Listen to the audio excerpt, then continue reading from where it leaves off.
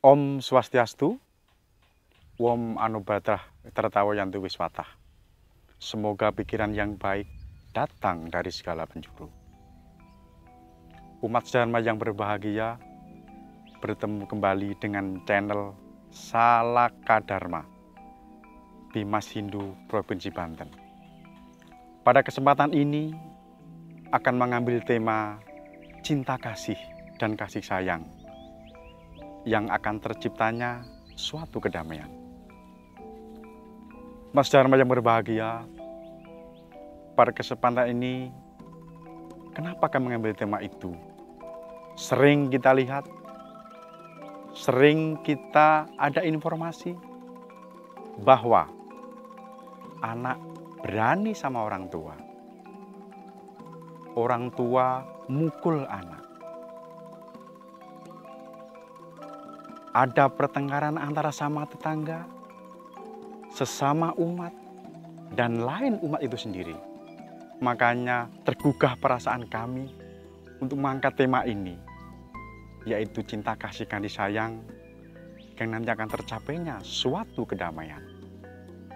Umat Dharma yang berbahagia,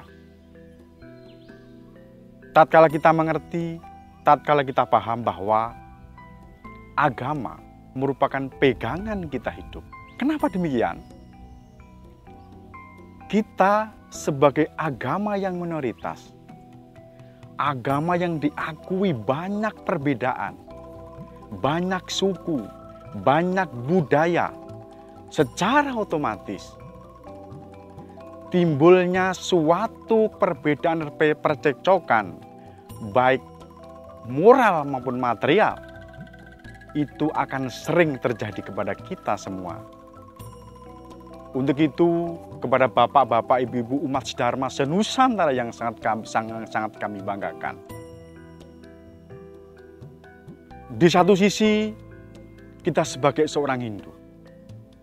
Di satu sisi, kita sebagai contoh, baik dalam keluarga, baik dalam lingkungan, maupun baik dalam lembaga-lembaga apapun yang ada di dalam lembaga Hindu pada saat sekarang ini. Umat Dharma yang berbahagia, dalam sisi itu kita pandang dari manapun, Hindu adalah minoritas. Jangan salahkan nanti jika Hindu meskipun minoritas yang tatkala sering dibaca oleh saudara-saudara kita yang di sana, dibaca oleh saudara-saudara yang ada di sini dan dimanapun, khususnya di Indonesia, meskipun minoritas, marilah kita menjadi contoh yang baik. Contoh yang baik yang nantinya ke depan akan menjadi panutan. Menjadi panutan nanti ke depan untuk kegiatan apapun, baik kegiatan ketuhanan maupun kegiatan sebagai dasar kita untuk kehidupan masyarakat umumnya di Indonesia pada khususnya. Mas Dharma yang berbahagia, ada 5 aspek kepribadian manusia yang perlu kita ketahui, yang perlu kita pahami. Yang pertama adalah intelek atau kecerdasan. Yang kedua adalah fisik. Yang ketiga adalah emosi. Yang keempat adalah kejiwaan.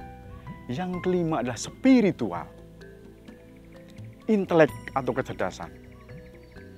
Diakui tidak diakui, mengenai pendidikan, Hindu jauh tertinggal dengan saudara-saudara kita yang ada di Indonesia pada saat sekarang ini.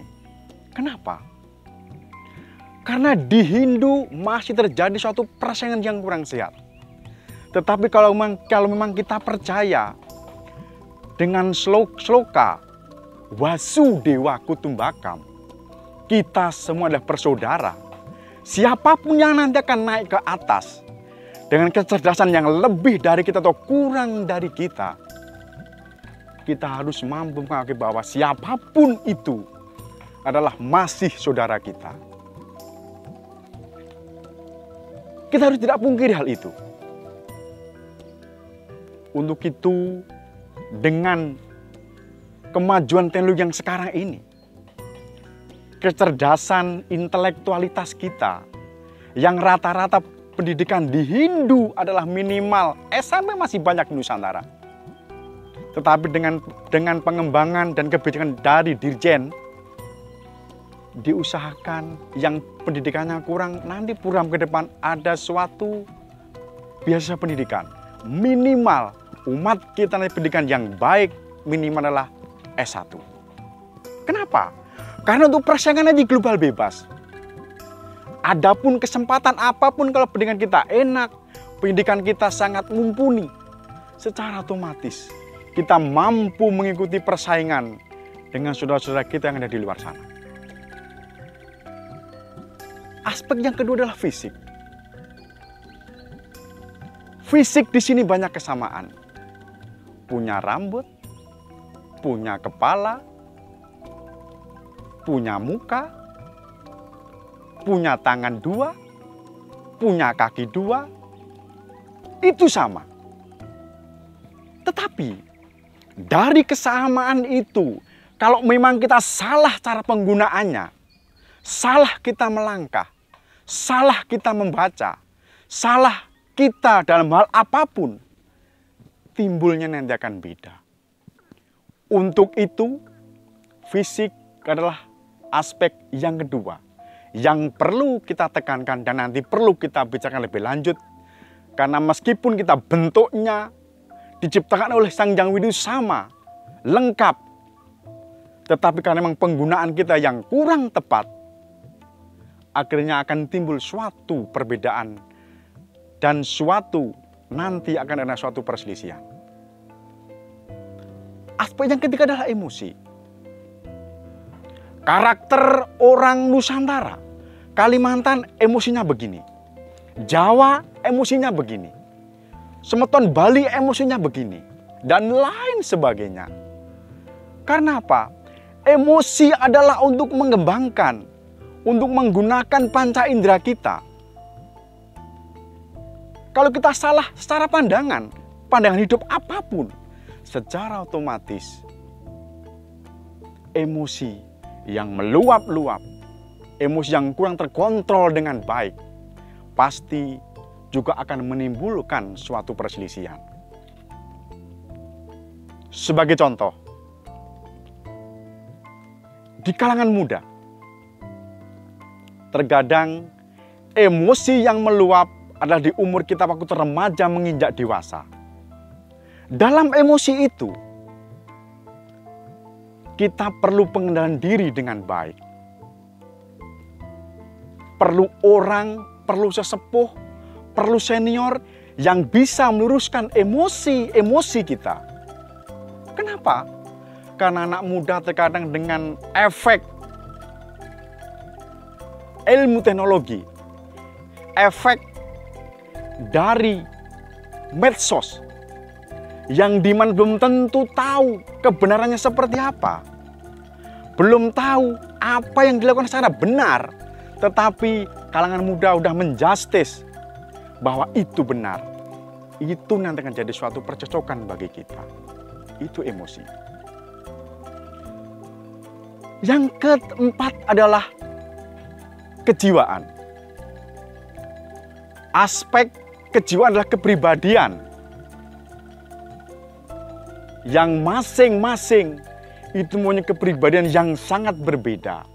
Contoh kecil, dengan saudara kita, meskipun kita satu kandung, tetapi kalau memang waktu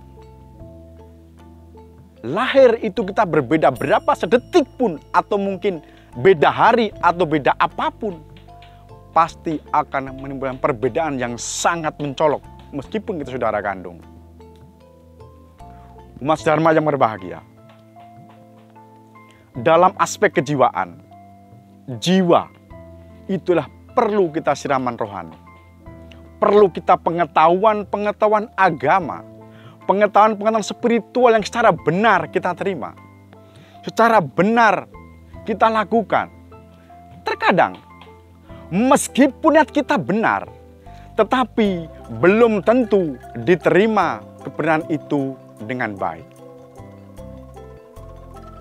Umat Dharma yang berbahagia, kejiwaan sangat penting, kejiwaan sangat perlu, karena kejiwaan yang bersih kalau kita tidak mendekatkan diri dengan Sang Hyang Widi, secara mati kejiwaan akan luntur di sana. Kita akan tidak timbul suatu agama yang baik, suatu kepercayaan yang baik, kalau kita tidak secara dekat mendekatkan diri dengan Tuhan. Dengan cara apa? Minimal kita ingat dengan Tuhan. Tuhan ada di mana-mana. Minimal kita sembahyang, melakukan pendekatan diri dengan Tuhan. Itu harus kita lakukan. Yang terakhir adalah spiritual. Perlu kita ingat bahwa Hindu Nusantara adalah banyak spiritual yang mana belum disebutkan agama Hindu, tetapi sebenarnya itu melakukan kegiatan spiritual Hindu. Itu yang perlu kita rangkul. Itu yang perlu kita bina. Itu yang perlu kita kembangkan. Kenapa? Spiritual identik dengan budaya lokal jenius kita. Meskipun di KTP belum beragama Hindu, tetapi kita perlu terima kasih kepada orang-orang, lembaga-lembaga yang dimana menamakan budaya. Secara tidak langsung ikut memelihara, ikut melestarikan spiritual kita, yaitu spiritual Hindu yang pada sekarang ini dapat kita lakukan bersama.